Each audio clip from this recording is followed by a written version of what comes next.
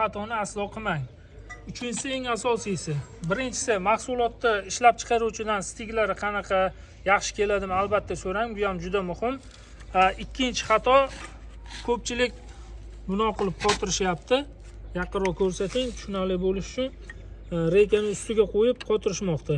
Bu ham xato hisoblanadi. Sababi mana bu holatda terilsa, ustidan keyingisi tushadi, chokaga o'rta bo'ladi, ikkitasini chokaga.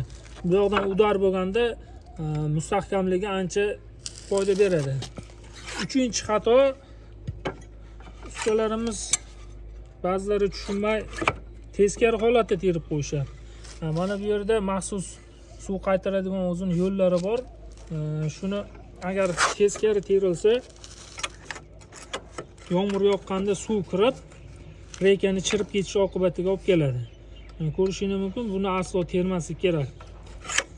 Kimga shunaqa fasadniy plitkalar kerak bo'lsa, bizni mag'azin Namangan shahar, pastdagi nomerlarga aloqaga chiqishingiz mumkin. O'zbekiston bo'ylab yetkazib beramiz.